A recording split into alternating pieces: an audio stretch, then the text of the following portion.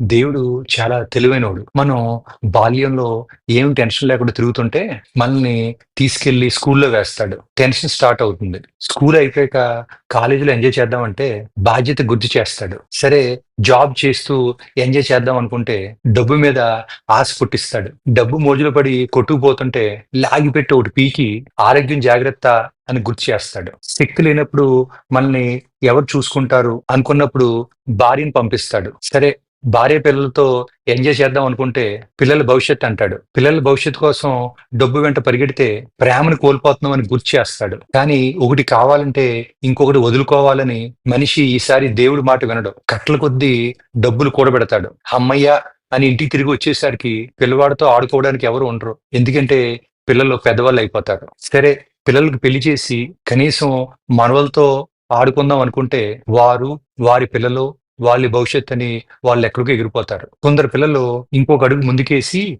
వీళ్ళని తీసుకెళ్లి వృద్ధాశ్రమంలో జాయిన్ చేస్తారు. శక్తి మొత్తం క్షీణించి ఏమీ చేయలేని ముసలి వయసులో జీవితం కళ్ళ ముందు కదలాడుతుంది. తెలియకుండానే కళ్ళల్లో నీళ్లు తిరుగుతాయి. అప్పుడొస్తాడు దేవుడు. "ఏడ్చింది చాలు నాయనా, నీ టైం అయిపోయింది.